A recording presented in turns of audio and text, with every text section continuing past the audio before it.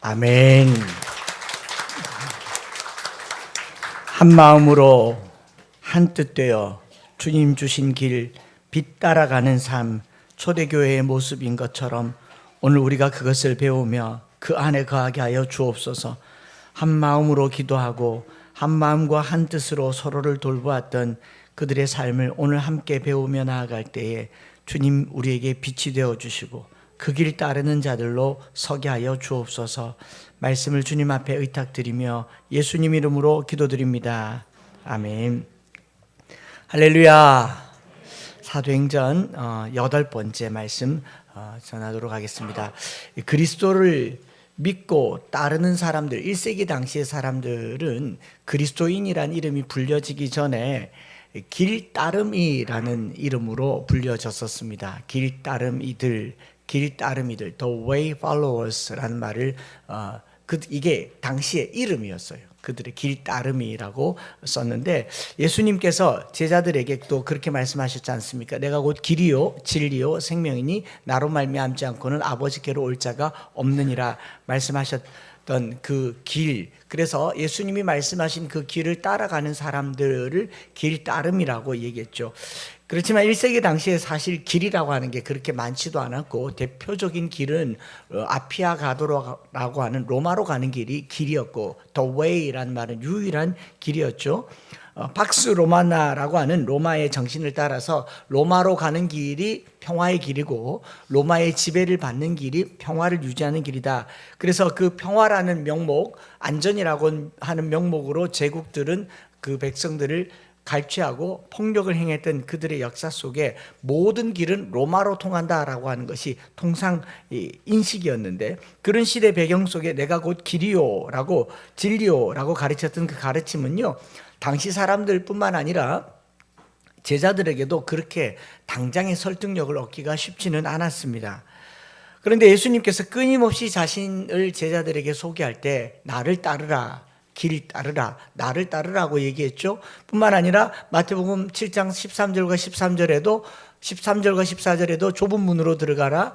그 멸망으로 인도하는 문은 그 길이 넓고 길이 크고 넓어 그리로 들어가는 자가 많고 생명으로 인도하는 문은 좁고 길이 협착하여 찾는 이가 적음이라. 길이 좁다라고 얘기하면서 제자들을 부를 때마다 나를 따르라, 내가 너로 사람을 낚는 어부가 되게 하겠다, 계속 나를 따르라고 불렀던 겁니다. 그래서 예수님께서 부활하신 후에 성령 세례 받은 초대교회 사람들을 주변에서는 길 따름이라고 불렀습니다. 따릉이가 아니고 따름이. 아시죠? 길 따름이, The Way Followers라고 불렀습니다. 당시 그리스도인들, 당시에 이 그리스도인, 기독교인이란 말은 아직 사용되기 이전이에요.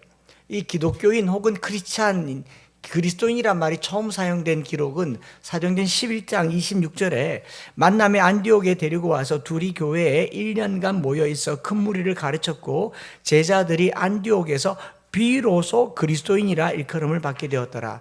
그러니까 이 사도행전 11장 안디옥에서 그리스도인이라는 이름이 별명처럼 불려졌고, 그 이전에는 대부분의 사람들이 뭐라고 불렸냐? 유대교인 아니지 않습니까?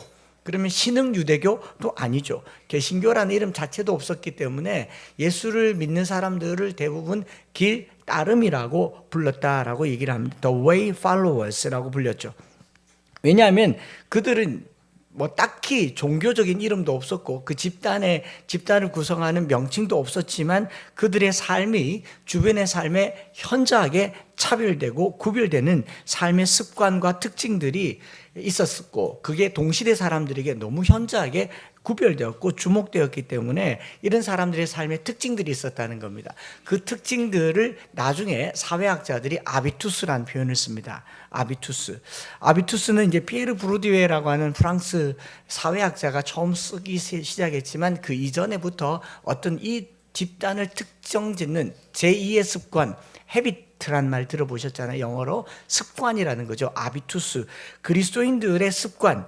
이 이름도 명칭도 없는 그들이 길 따름이라고 하는 이름으로 붙여지게 된 그 이유에는요, 그 사람들만이 독특하게 갖는 신분에 따르는 어떤 행동의 습관들이 있었다라는 겁니다. 아비투스라는 말은 이 특정한 환경에 의해 형성되는 성향이나 사고, 인지, 판단, 행동 체계를 의미하는 프랑스 말 아비투스, 무의식적으로 나타나는 제2의 천성 같은 것을 아비투스라고 얘기하는데, 초기 기독교인들은요, 예수를 믿고 난 이후에 그들의 삶에 누구가 봐도 이해할 만한 삶의 변화가 있었다라는 거죠. 그런 아비투스는요, 바깥 세계 사람들과 그들 세계 사람들을 구별짓는 독특한 정체성이 되고 있기 때문에 그렇습니다. 쉽게 말하면 히잡을 쓰고 다니면 우리는 그냥 딱 봐도 모슬림이다라는 것을 알게 되잖아요. 여인들이 히잡을 썼다, 모슬림이죠. 여러분들이 우리 일반 조선 자매님, 한국 자매님들이 길 가면서 덥다고 이걸 히잡을 쓰고 다니지는 않아요. 히잡을 썼을 때는 종교적으로 나는 모슬림이다라는 것을 드러내는 거예요. 수영장에서도 이걸 씁니다. 그래서 저희가 영국에서 보니까 모슬림 위민 수영장이 따로 있더라고요. 그렇게 구별된 자기들만의 삶의 양식이 있습니다. 먹는 거 구별합니다. 할렘 또는 코시어 음식을 먹는다거나 이런 것들로 자기를 구별하는 것을 아비투스라고 얘기를 해요. 그리스도인들의 아비투스는 소위 말해서 길 따름이들이었다라는 겁니다. 이 사람들은 단순히 교회에 출석하고 주일에 예배드리는 그런 자들이 아니라 모든 일상에서 길 되신 주님을 따르고, 그리고 길 되신 주님이 가르쳐 주신 삶의 양식을 투철하게 실천했기 때문에 길 따름이라는 별명이 붙은 겁니다. 그래서 이들은 예수의 이름으로 말을 했고, 예수의 이름을 불렀고, 예수의 이름이 권능이 되었고, 예수의 이름이라고 하면 즉각 순종할 수 있는 삶의 양식을 가지고 있었다. 삶의 모든 양식이 변화된 삶, 그것을 자칭 타칭 길 따름이라고 얘기를 하고 있는 겁니다. 초기 교회 신자들의 삶의 양식이 불신자들과 확연하게 달랐다는 거죠. 이 신자들은 사실 이 세상에 살지만 어떻게 보면 보통 사람들과 다른, 남과 다른 삶의 양식이 있는 겁니다. 요즘 나오는 신조어 중에 저세상이라는 표현이 있어요. 저세상. 뭔가 남다르다라는 걸 나타낼 때 저세상이라는 앞에 접두사를 붙입니다. 저세상 텐션, 저세상 음식. 반대로 이 세상 뭐라고 얘기할 때는 이거 이 세상 커피 아님. 무슨 말이에요? 너무 맛있음, 이런 말이죠. 저세상 패밀리, 죽었다라는 말이 아니에요. 남다르다라는 말을 요즘은 저세상이라고 얘기합니다. 우리 교회는 저세상 교회일 겁니다. 그 아멘하기 어렵습니까? 남달라요. 남다른 삶의 가치를 가지고 특별히 말씀을 암송한다라고 하는 점에서 저세상입니다. 또 이 대구를 사랑하고 이 지역을 위해서 기도한다는 점에서 누구나 다 하겠지만 걸었다라고 하는 점에서 저세상입니다. 제 이 두 다리는 저세상 다리입니다. 저세상이란 말을 쓰는 거죠.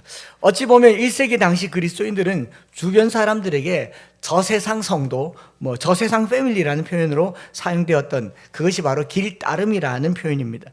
초기 교회 성도들은 그들의 삶과 삶의 방식으로 예수 그리스도의 복음을 전했던 거예요. 뭐가 달랐다라는 겁니다. 달라도 현저하게 달랐다라는 겁니다. 또 믿고 세례를 받기를 원하는 사람들은 단순히 기독교의 기본 교리를 공부하거나 학습해서 세례를 받는 게 아니라, 성경의 진리를 이해하는 것으로 세례를 받는 게 아니라 그리스도인의 삶을 내 삶의 방식으로 따라 사는 법을 배워서 그렇게 사는 것을 증명하고, 그것이 증명되면 세례를 줬습니다. 그래서 세례받기 전에 이 사람의 말과 행실과 삶이 어떻게 변화되었는지를 공동체 앞에서 증명을 해요. 그 사람은 그리스도인입니다. 그 사람은 그리스도를 따르는 사람입니다. 그 사람의 말과 행실은 그리스도를 따르고 있습니다 라고 입증이 되면 세례를 줬다. 그래서 아비투스가 형성되었는지를 시험하는 과정이 있었다가 초대교회의 하나의 기록인 것이죠. 제가 한 권의 책을 들고 나왔는데, 제임스 파판드레아라고 하는 이 로마 시대의 역사를 가지고 연구한 역사학자이고 신학자인데, 로마 제국에 대한 역사 신학자입니다. 이분이 쓴 책이 로마에서 보낸 일주일, 일주일 시리즈가 책이 한 6권 정도 나왔는데, 그중에 로마에서 보낸 일주일이라고 하는 이 책입니다. 1세기 당시 로마 시대의 일상을 역사적으로 잘 고증하고, 또 로마서 16장에 나오는 이 인물들, 그런 인물들을 주인공으로 삼아서 그 인물들을 가지고 만들어낸 역사 소설입니다. 소설이지만 너무 로마 시대의 이야기를 잘 말해와서 실제로 로마서 16장에 나와 있는 그 사람들이 수다구 또 아리스도 또 이런 사람들이 그대로 이렇게 했었을 것 같은 상상을 하게 할 만큼 잘 엮어낸 책이 이 책이거든요. 거기에 보면 중간중간에 책 중간중간에 주제 연구라고 해서 후견인, 피후견인 제도, 로마 세계의 결혼과 가정, 로마인들의 주거 생활, 로마의 시민권, 또 유아 영아 유기, 아이를 왜 죽였고 어떻게 죽였는지에 대한 이야기, 또 초대교회의 복음 전도와 회심, 또 가정교회에서의 예배, 그런 것들을 아주 잘 보여주기 때문에 1세기 특별히 사도행전에 나와 있는 배경을 이해하는 데는 굉장히 잘 쓰여진 소설입니다. 소설이에요. 사실은 아니지만 읽어볼 수 있으면 읽어보시기를 권합니다. 거기에도 어떤 표현이 많이 나오냐면 길따름이라는 표현이 자주 나와요. 그 책에는 한 대목에는요 이렇게 기록하고 있습니다. 우리는 다른 길을 따르고 다른 생활 방식으로 살아갑니다. 로마인들이 행하는 수많은 일, 심지어 로마인들이 선하다고 생각하는 일 중에도 우리가 해서는 안 될 일이 있습니다. 스다구라고 하는 사람이 로마서 16장에 나오잖아요. 그 황제 글라우디오가 가장 신뢰하는 해방노예 중 한 사람이고, 이 황제의 개인 비서였던 나기수도 16장에 나오죠. 나기수가 이제 세례를 받으려고 할 때에 당신은 길을 따르겠습니까? 라는 묻는 거예요. 길 따름이가 누굽니까? 라고 물었더니 이런 대답을 하는 겁니다. 이렇게, 길 따름이는 쓰레기 더미에서 들려오는 아기의 울음소리를 그냥 지나치지 못하는 사람입니다. 저도 길따름이입니다. 길따름이라는 말이 실제로 1세기 당시에 통용되었던 어휘였던 거예요. 이게 한참 쓰여지다가 어느 순간에 그리스도인이 되었다라는 겁니다. 오늘 저와 여러분들이 예수를 믿는다, 교회를 다닌다, 또 그리스도인이다 라고 한다면 그 전에 원래의 이름을 한번 생각해 보셔야 됩니다. 저와 여러분들은 예수의 그 길을 따르고 있습니까?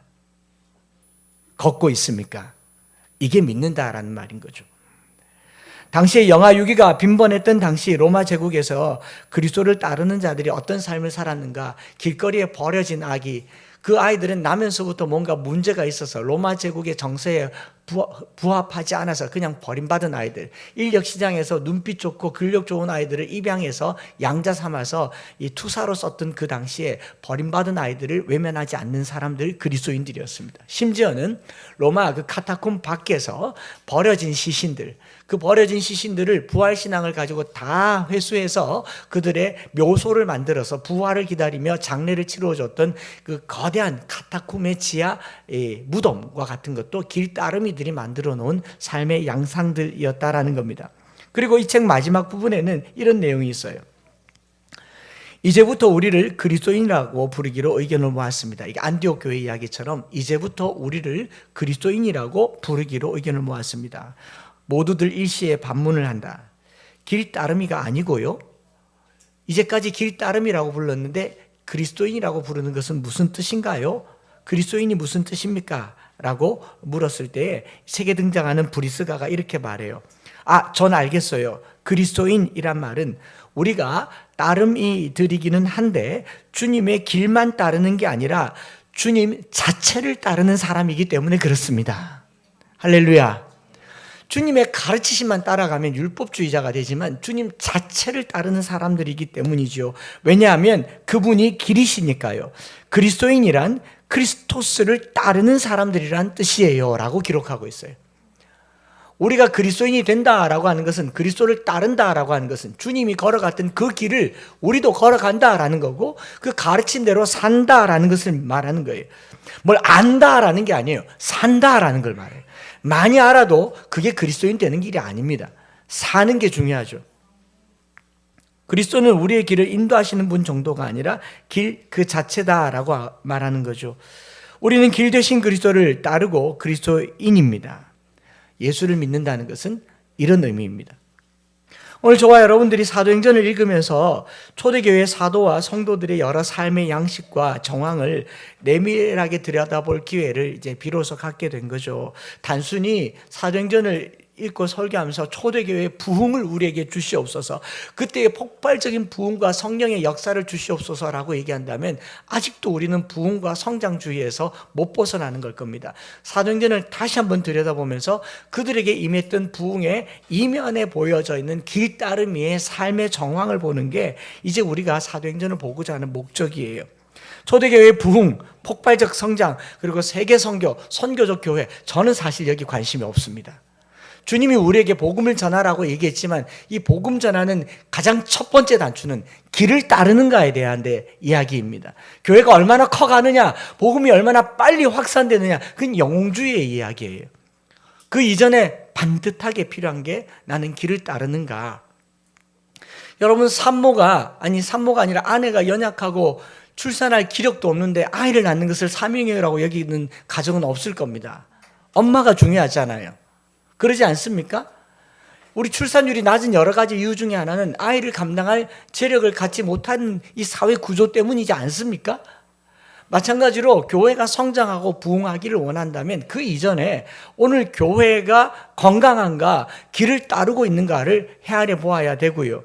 이제 올해 시작되는 로잔 대회를 보면서 제가 이걸 누가 외부 사람들이 듣겠습니까만은 이 마음의 한켠에 약간의 유감스러움이 생겨요. 이걸 준비하는 이 조직위원회 자체가 초대형 교회, 소위 말해서 메가처치가 이것을 주관하고 있다는 건 너무 유감스러운 일이에요. 원래 로잔 대회의 정신 자체가 저기 아프리카에서 또는 선교지 현장에서 우리가 어떻게 효과적으로 복음을 전할까를 고민하는 사람들의 복음주의 대회가 로잔 대회인데, 이 우리나라 부요한 대회에서 어마어마한 자본을 가지고 목회자 컨퍼런스를 하는데 초특급 호텔에서 여기서 가난한 자가 없었더라라고 말할 수 있는 사람이 누가 있겠습니까? 그러나 그럼에도 불구하고 로잔 대회를 준비하는 여러 교회들이 이 본문을 보면서요, 길 따름이의 정신을 회복하여서 가난한 교회의 문제를 해결할 수 있으면 좋겠습니다. 가난의 문제에 직접적인 이 창고를 여는 큰 교회들이 그들의 삶을 쪼개는 역사가 나타나는 것을 기대해 봅니다. 예전에도 우리가 이런 형태의 이런 글을 읽을 때에도 로마 시대나 1세기 당시를 이해할 때 제일 많이 도움되었던 소설들 중에는 배너라는 게 있었잖아요. 배너가 소설로도 나왔지만 영화로 제작되면서 아카데미상 11개상을 석권하면서 비신자들에게나 신자들에게 1세기를 이해하는 데 큰 도움을 주었죠. 그 당시에 나왔던 것 중에 또 유명한 소설 코바디스 또 유명했죠. 그리고 폼페이 최후의 날, 이런 것들은 소설 같지만 역사 자체입니다. 여러분 이 책을 한번 읽어보시고 누가 롬파리파를 이렇게 소개해 주면 참 좋겠는데, 그죠? 딱 보니까 보고 싶어지지 않습니까? 한번 읽어보시면 제가 설교할 때 얼마나 힌트를 얻는지도 도움을 얻을 수 있을 것 같습니다. 자, 오늘 우리가 읽은 사도행전 4장은요, 예수님께서 부활 승천하시고 성령 세례를 주신 후에 제자들에게 나타났던 놀라운 변화와 기적, 그리고 그들의 삶에 나타났던 후천적인 새로운 아비투스에 대한 설명들이라고 보아야 할 겁니다. 사도행전 2장의 성령의 역사로 기사와 표적이 많이 나타났습니다. 각기 다른 언어로 말을 했고 예수의 이름으로 안진뱅이가 일어났습니다. 우린 오늘 이런 모습에 대한 부흥을 많이 갈망하고 사모합니다. 여기는 반쪽 부흥이죠. 이런 일이 나타나자마자 어떤 일이 생깁니까? 사두개인들과 성전 맡은 자들, 대제사장들이 사도들 잡아서 가둡니다. 그리고 그 이튿날 신문을 합니다. 뭐라고 신문합니까? 무슨 권세와 누구의 이름으로 이 일을 하느냐. 다르게 말해서 우리 허락 없이 왜 이 짓을 하느냐. 허락 없이 하지 마라. 착한 일이라도 허락 없이는 해서는 안 되는 게 로마 당시에 1세기 당시에 대제사장들의 법이라는 거죠. 오늘 이 사회에 착한 일이라도 정부가 허락하지 않으면 못하게 하는 이 법적인 규제는 또 얼마나 많습니까? 구치소에 넣고 사내들인 공회의 마당에 잡아두고 위협하는 그 위협, 사도들은 어떤 반응을 보였을까? 그 반응이 아비투스가 되는 겁니다. 이 위협은 머지않아서 실제적인 폭력과 핍박으로 발전하게 되죠. 이런 상황에서도요, 제자들은 굴하지 않고 상황에 반응하지 않고 오히려 말씀에 반응한 내용이 우리가 읽은 사도행전 4장 22절부터 37절까지 내용이죠. 23절부터. 상황은 어떤 상황입니까? 위협했습니다. 너 한 번만 더 하면 큰일 날 줄 알아. 가만두지 않겠어. 무슨 권세와 누구 이름으로 이런 일을 하냐. 허락받고 해. 이렇게 얘기를 하는 거죠. 18절에 도무지 예수의 이름으로 말하지 말라고 하는데 우리는 보고 들은 것을 말하지 않을 수 없다. 하나님 앞에서 너희 말을 듣는 것이 하나님의 말씀 듣는 것보다 옳은가 스스로 판단하라고 담대히 반응합니다. 오늘날 우리 교회가 성경대로 사는 것이 세상의 반대를 받는 것은 당연한 일인 줄 믿습니다. 세상이 오늘 우리 교회에 도움을 준다는 것은 교회가 어쩌면 타락할 수 있는 위기라고 여겨야 됩니다. 성경대로 살면 반대를 받는 것은 당연합니다. 여러분, 세상의 반대에 반응하지 말고 하나님의 말씀에 반응하는 저와 여러분들 되시기를 바랍니다. 여러분, 나라가 어떤 법을 만들고 이것이 오늘날 기독교와 교회에 위협을 준다, 거기 반응한다는 말은요, 하나님이 두렵지 않고 세상이 두렵다는 거예요. 여러분, 대한민국 헌법을 두려워하는 그런 잔잔한 자잘한 그리스도인들이 되지 마시기를 바랍니다. 제가 엊그제도 그런 말씀을 전했어요. 뭐가 겁납니까? 청와대나 용산이나 국회나 아무것도 겁나지 않는 게 그리스도인들이에요. 세상이 부담스러워하는 사람들이 그리스도인들 되시기를 바랍니다. 오늘 대제사장과 서기관과 성전 맡은 자들이 이 초라한 어부들을 부담스러워하지 않습니까? 우리 교회가 그런 교회들이 되기를 축복합니다. 왜냐하면요, 나라가 어떤 법을 만들 때 반응하면요, 세상 법을 두려워하는 처사잖아요. 공회에 둘러싼 세상 권력자들 앞에서 뭐라고 얘기합니까? 너희 말 듣는 것과 하나님 말씀 듣는 것 중 어느 것이 옳은가 판단해보라 라고 말하죠. 베드로와 요한의 아비투스는 곧장 풀려나와서 세상 법을 가지고 이제 큰일 났습니다. 솔로몬의 이 회당에서, 솔로몬의 광장에서 우리가 행각에서 말씀을 못 전하게 됐습니다. 어떻게 할까요? 라고 말하지 않았다라는 거예요. 바로 시편 말씀을 읽어서 이 세상의 군왕들이 열방이 허사를 경영하는가, 이걸 얘기하면서 과연 성경대로다, 우리가 짐작하던 대로다, 예수님께서 가르쳐 주신 그대로다 라고 얘기를 하고 있지 않습니까? 4장 23절에 사도들이 노임의 그 동료에게 가서 그 제사장들과 장로들의 말을 다 알립니다. 알렸을 때 동료들과 사도들의 반응이 어떻습니까? 24절에 그들이 듣고 한 마음으로 하나님께 소리를 높여 이르되 대주제여 천지와 바다와 그 가운데 만물을 지으신 이요 라고 얘기하잖아요. 한 마음으로 소리를 높여 기도했다라고 얘기를 하지 않습니까? 두려워하지 않았어요. 여기 한 마음으로 하나님께 소리 높여 기도했다. 이 소리 높여 기도했다는 이 소리가 어찌 보면 31절에 빌기를 다음에 모인 곳이 진동하더니 무리가 다 성령이 충만하여 담대히 하나님의 말씀을 전파하니라의 모양으로 발전하는 것이라고 저는 그렇게 봐도 무관하다고 생각합니다. 진동했다라는 것은요, 성령이 충만해서 진동하기도 하지만 여러분 한 마음으로 소리를 크게 높이면요, 육성으로도 진동합니다. 이게 안 믿어지시는 모양인데 이런 기도를 한번 해볼 수 있기를 바랍니다. 여러분, 쩌렁쩌렁하다고 얘기하지 않아요. 쩌렁쩌렁하다. 소리는 공간을 울리고 물체의 울림이 됩니다. 제가 대구 사람 걷기 둘째 날에 저녁 식사를 불로동에 있는 어떤 갈비탕 집에서 마지막으로 저녁을 먹고 둘째 날 조금 더 걷고 이제 마무리를 했는데 불로동에서 밥 먹는 거예요. 와, 앞으로는 웬만하면 좀 고려해 봐야 되겠다 싶더라고요. 전투기가 그 저녁에 날아간 왱 하고 가는데 한참 오늘 걷기 소리가 안 들려요. 또 좀 이야기할 만한데, 그래가지고, 왜! 하고 지나가는데, 거기 사는 게 신비로울 정도로 문을 닫았고, 저녁 시간인데도 전투기가 출격을 하면 막 그 소리가 얼마나 요란한지, 저걸 옮기려고 뭐 어디로 간다고 하니까 그 동네 시골에 사는 사람들은 어쩌고 갈 데가 없어요. 갈 데가 없어요.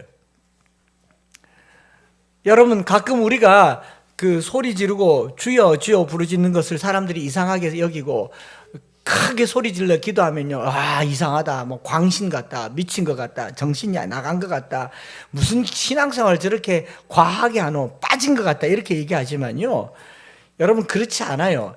실제로 시위 현장에 한번 나가 보십시오. 시위 현장을 나가거나 아니면 뭐 노동 어떤 현장에 나가서 이해관계가 같은 사람들이 만들어내는 소리는요, 실제로 땅을 진동합니다. 그렇겠어요? 안 그렇겠어요?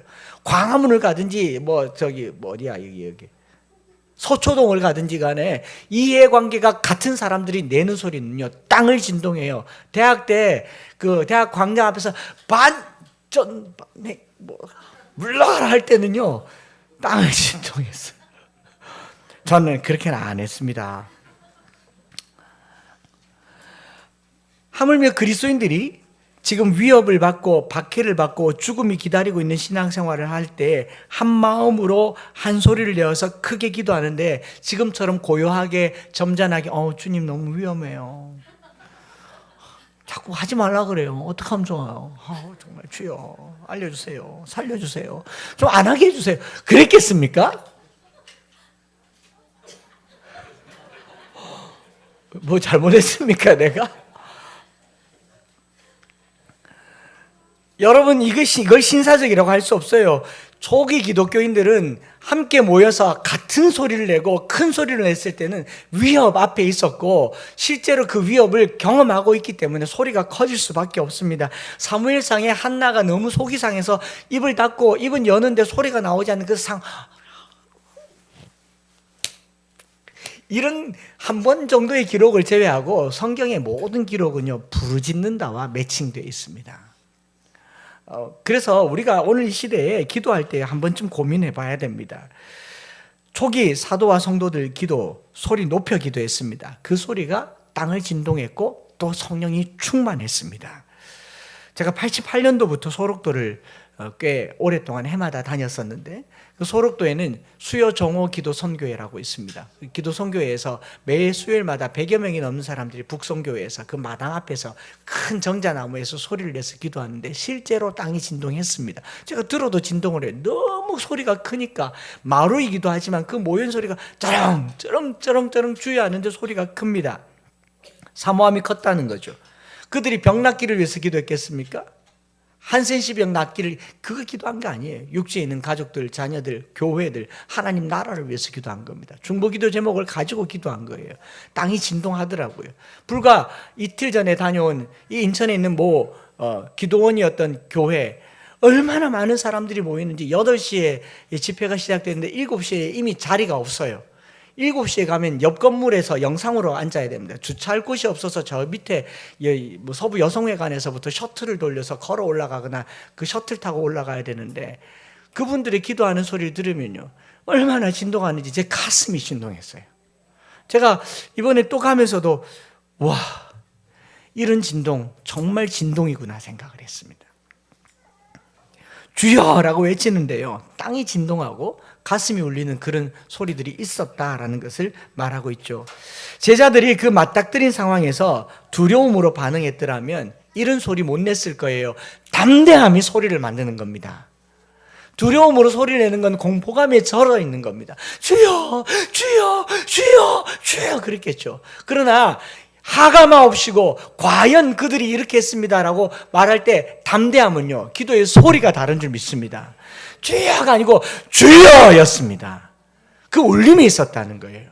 오늘 저와 여러분들이 이제 한 며칠 남은 동안 교회에서 기도할 때도요, 간절함이 넘어서서 담대함의 기도가 되기를 축복합니다. 그 시편 2편을 읽고 나서 그들이 기도한 내용 27절부터 30절까지 성경 찾아서 혹은 화면에서 같이 한번 읽어보세요. 얼마나 담대했는지 큰 소리로 읽어봅니다. 시작.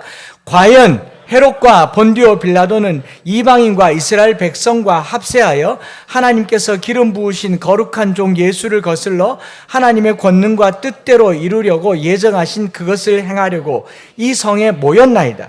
주여, 이제도 그들의 위협함을 굽어 보시옵고 또 종들로 하여금 담대히 하나님의 말씀을 전하게 하여 주시오며 손을 내밀어 병을 낫게 하시옵고 표적과 기사가 거룩한 종 예수의 이름으로 이루어지게 하옵소서 하더라. 위협을 없이 해달라고 기도한 게 아닙니다. 반대하지 말게 해달라고 기도한 게 아닙니다. 위협함을 하감하시옵고 주여, 우리가 지금도 비오니 주의 복음을 담대히 전하게 하시옵고 손을 내밀어 병을 낫게 하시옵고 더하게 해달라는 거예요. 이 기도가 담대한 기도가 아니겠습니까?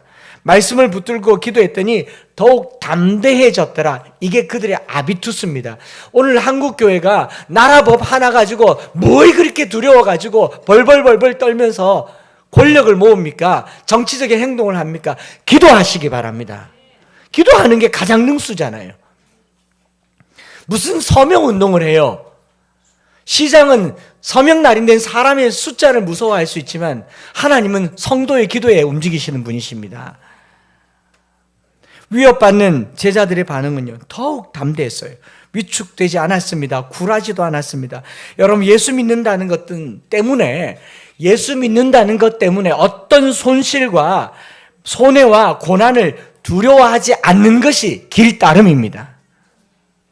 직장이라고 하는 권력, 세상의 법, 심지어 이 어린아이들이 학교가 만들어 놓은 질서에도 굴하는 세상에 살고 있는데요. 길 따른다고 하는 것은요, 학교를 그만두는 것을 두려워하지 않을 정도의 담대함이 있다. 길 따름이에요. 내가 직장에서 예수 믿는 것 때문에 손해를 당하는 것을 두려워하지 않는다. 길 따름이라고요. 오늘 우리의 아비투스는 무엇인가 생각해 봅니다. 주님 때문에 손해보는 일에 담대한가, 두려움이 없는가. 여러분, 예수 믿으면요, 세상에 살기 힘들어지는 게 당연한 일입니다. 당시나 지금이나 기독교는 세상이 미워하는 종교예요. 세상이 싫어하는 종교입니다. 핍박받던 종교고 핍박하던 종교입니다. 어떤 면에서 계속되는 고난으로 연단받던 종교가 기독교여야 합니다.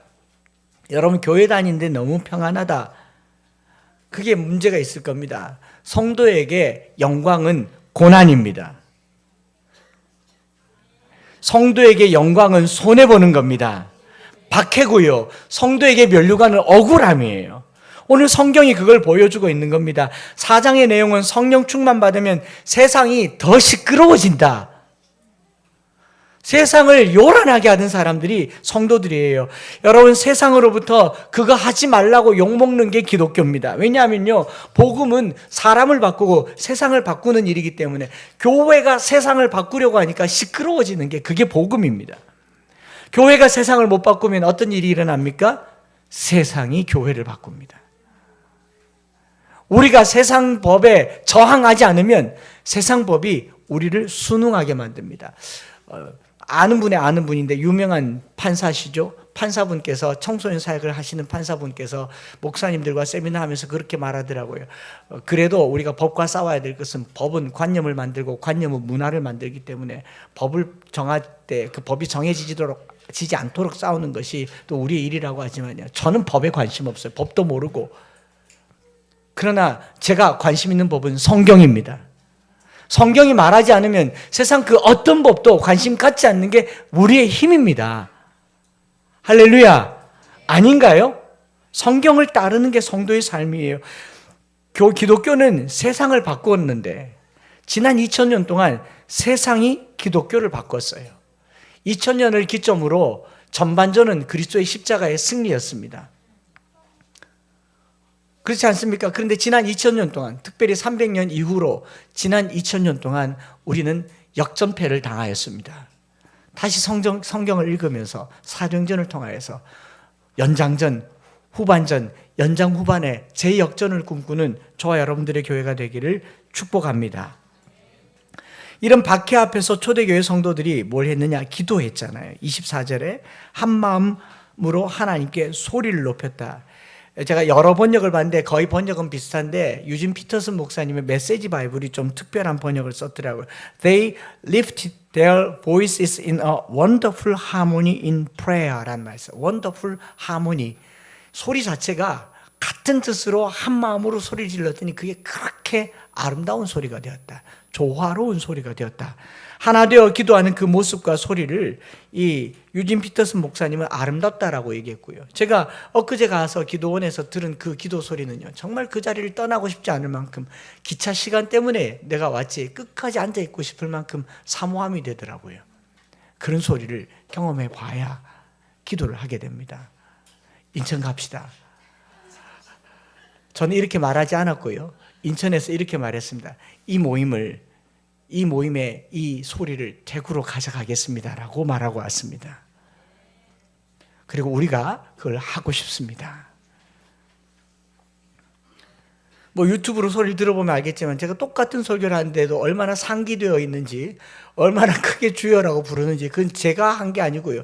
이분들의 사모함과 열정이 한 소리를 낸 것 같았다라는 거죠.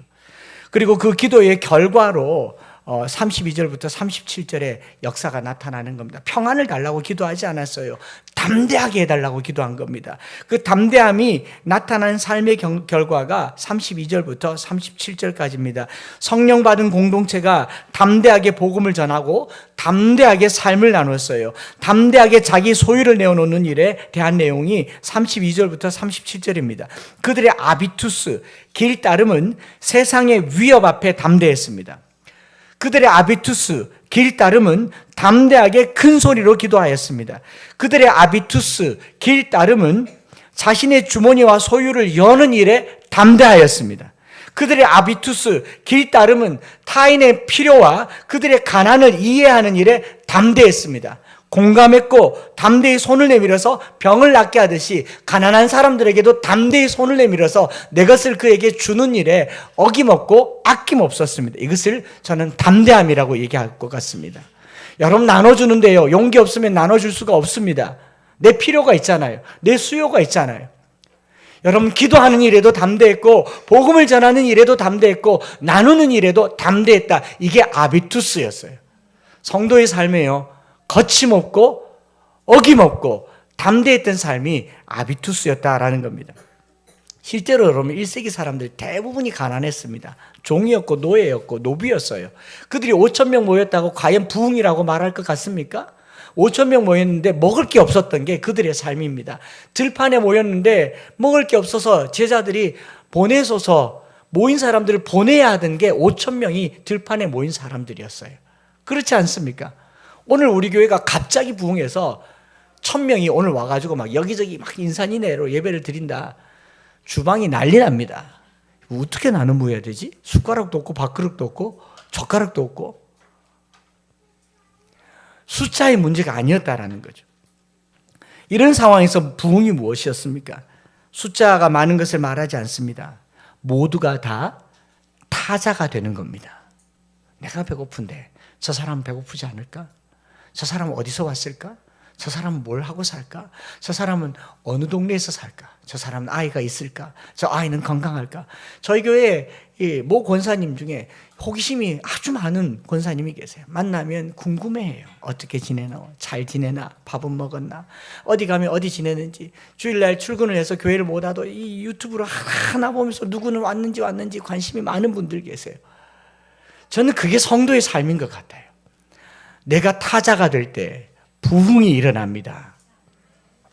상대방의 입장에 서 있는 겁니다. 모두 다 가난하기 때문에 그 가난에 용감하게 자기가 가진 보리떡 2개와 보리떡 5개와 보리떡 5개와 물고기 2마리를 던졌기 때문에 가난한 자가 없었던 겁니다.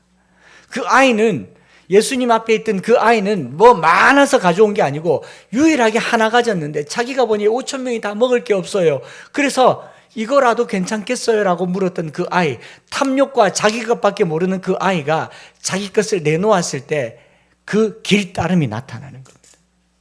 오늘 우리가 무엇으로 부흥이라고 말할 수 있는가? 타자를 깊게 생각할 때, 내 입장을 생각하는 게 아니라 타인의 입장을 생각할 때 아비투스가 형성되는 것입니다. 우리가 그가 될 때 부흥이 일어나는 겁니다. 사람의 필요를 따라 나눠준 교회, 성령 받은 교회의 특징이 바로 그렇게 나타났고, 그것을 성경은 한 마음과 한 뜻으로 물건을 통용했다라고 얘기합니다. 말씀을 마무리합니다. 기도하는 일에 한 마음이었고요, 나누는 일에 한 마음과 한 뜻으로 행동합니다. 이런 집단을 길 따름이라고 얘기합니다. 저와 여러분들이 담대하기를 축복합니다. 저 혼자만 담대하지 말고요, 저 혼자만 무모하게 담대하다라고 여기지 말고요, 같이 담대합시다.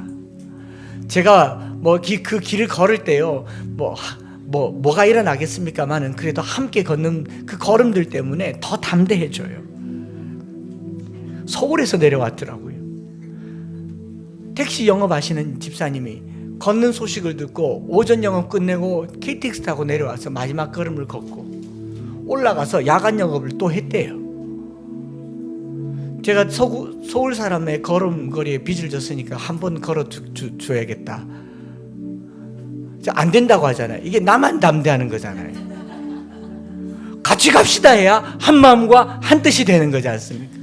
여러분, 저를 생각하지 마시고요, 하나님 나라를 생각하세요. 이 땅을 생각하세요. 가난한 사람을 생각하세요. 이 일에 한 마음과 한 뜻이 되는 겁니다.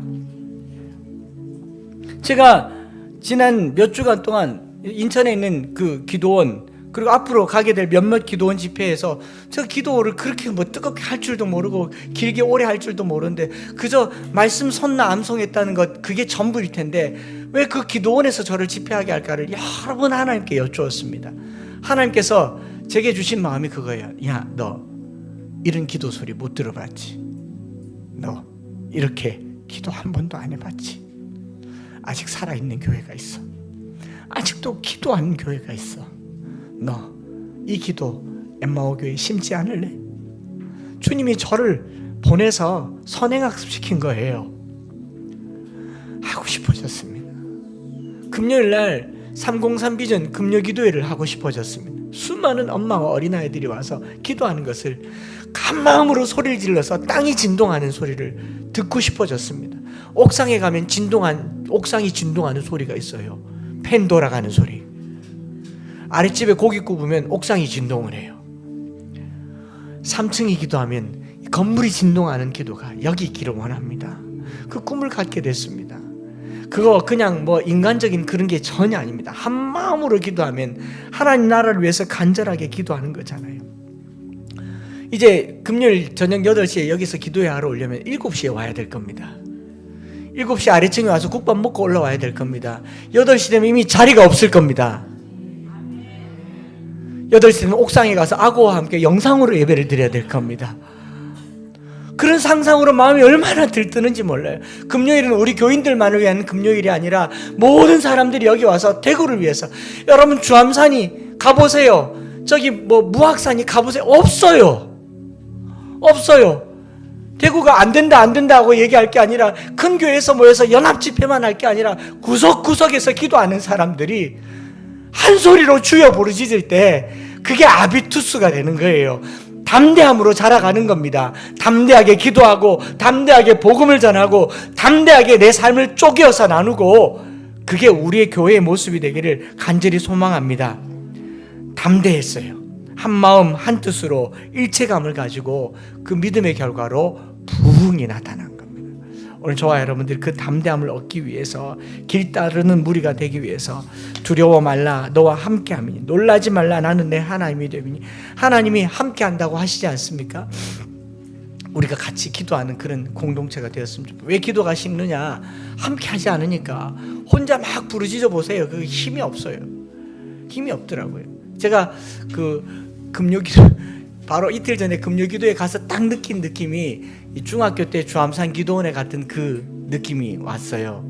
우리 권사님들이 주암산 기도원에 본당에서 기도하고 옆에 이렇게 흩어놓으면서 계곡에 가서 기도하는데, 창수야 여기 아직 범이 한 번씩 나온대.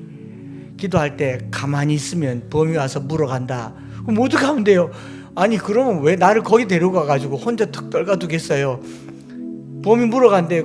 어떻게 해요? 주여라고 외쳐라. 주여라고. 제가요 그날 밤에 얼마나 주여를 많이 외쳤는지 쉬지 않고 외쳐서. 왜요? 범에게 안 물려가려고. 근데 기도하면서 놀라운 경험을 했어요. 왜냐면 내가 주여 하면요, 저쪽에서 권사님들이 내 여기 있다 걱정하지 말라라는 것 같아요. 거기서도 주여 해요. 또 한참 기도하다가 주여 하면 저쪽에서 주여 해요. 저기서 주여, 밤새 주여 해요. 그러다가 범에게 안 물려갔습니다. 그렇게 말씀을 나누고 거기서 주여 부르짖는데요, 정말 땅이 진동하더라고요. 저와 여러분들이 주여 외칠 때도요, 누가 화답을 해줘야 외치죠. 물론 하나님이 들으시지만 함께 한 마음으로 기도하고 소리 높여 기도하고 한 뜻으로 소유를 나누는 담대함이 우리 교회에 회복되기를, 또 이 즈음에 이 부활절 즈음에서 이곳이 금요일날 기도하는 곳으로 부활하기를 축복합니다. 이 찬양 드리겠습니다.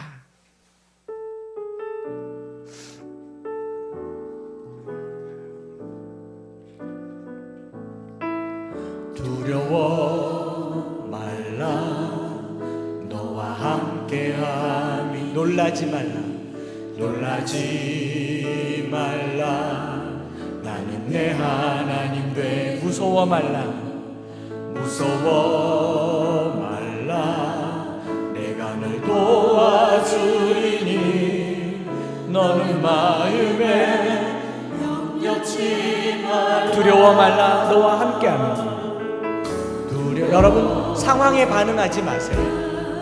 상황에 두려워하지 마세요. 말씀에 반응하세요. 말씀은 우리를 담대하게 합니다. 약속이 되어요. 무서워 말라 내가 널 도와주리니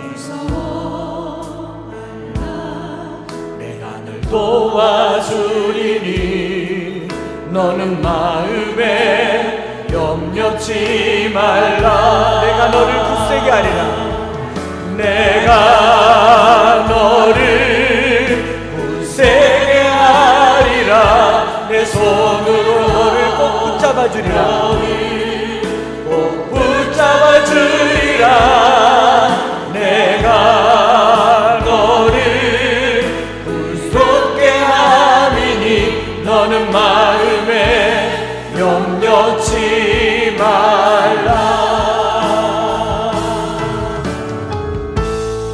우리가 당한 상황과 환경 때문에 국가적이고 사회적이고 여러 경기 때문에 어려워하지만요 과연 헤롯과 본디오 빌라도는 이방인과 이스라엘 백성과 합세하여 하나님의 기름 부으신 거룩한 종 예수를 거슬러 하나님의 권능과 뜻대로 이루려고 행하신 그것을 행하려고 이 성에 모였나이다 주여 이제도 하감하시고 굽어보시옵소서 담대히 말씀을 전하게 하옵소서 말하지 않았습니다 두려워 함께함이니 놀라지 말라 나는 내 하나님이 되니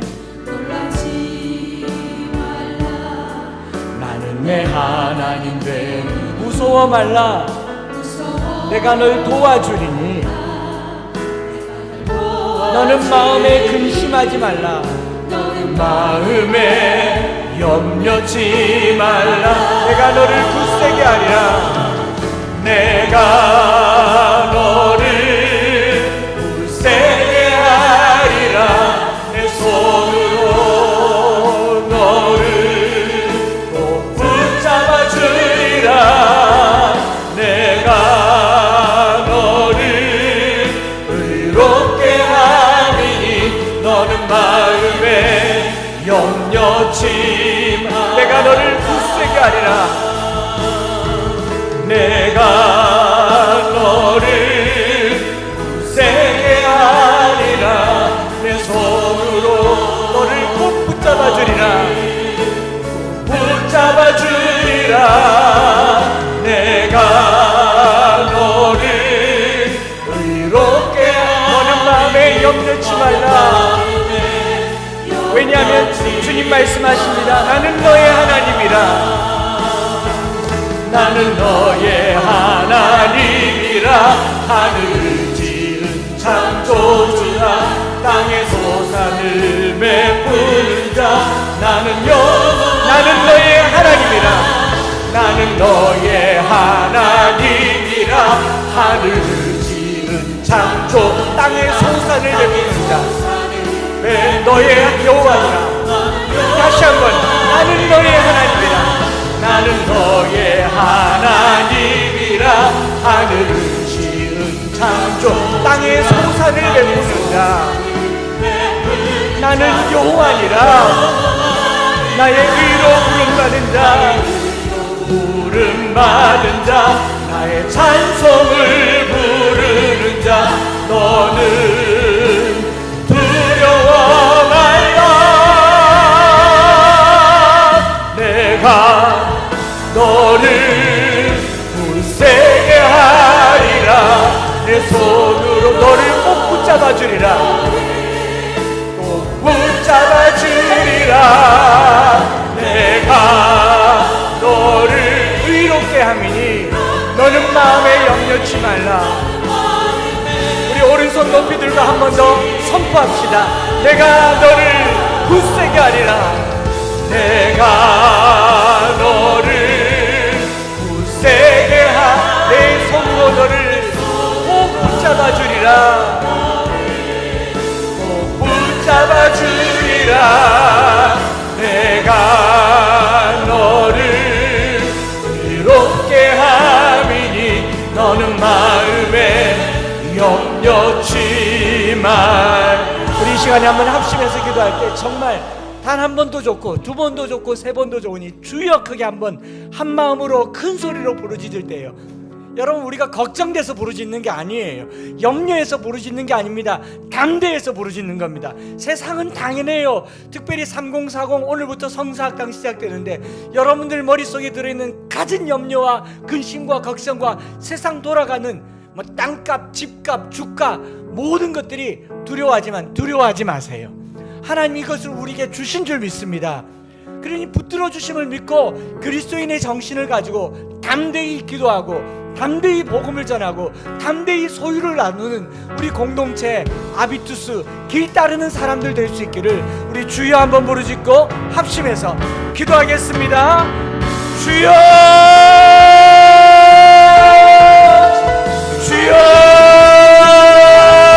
주여, 주여. 오늘 우리가 주님 앞에 기도할 때에 담대하게 소리질러 주님 앞에 땅이 진동하며 부르짖는 것은 두려워서가 아니라 염려가 많아서가 아니라 이 세상을 향한 우리의 담대함이 기도에 이르게 하여 주시옵소서.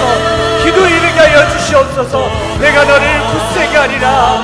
너를 붙잡아 주리라. 나의 오른손으로 붙잡아 주리라. 주님 굳세게 하시는 주님 손 붙들고 한 주를 담대히 살게 하시고 우리가 기도함으로 나아가게 하여 주시고 우리 안에 이 땅을 흔드는 하나님의 역사가 성령 충만함의 역사가 담대함으로 나타나게 하여 주시옵소서. 담대함으로 나타나게 하여 주시옵소서. 주여, 내가 너를 굳세게 하리라. 내 손으로 너를 꼭 붙잡아 주리라. 내가 너를 의롭게 한 주여,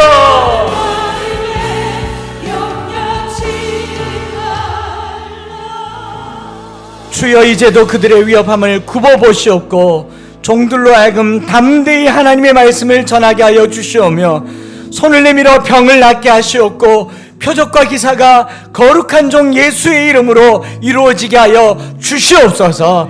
하나님, 세상의 상황에 반응하지 아니하고 주의 말씀에 반응하게 하여 주시고 과연 세상은 그러하거니와 우리는 담대함으로 복음을 전하는 담대함으로 기도하는 우리 모두가 되게 하여 주시옵소서. 언제까지 머뭇거리며 앉아 있겠습니까?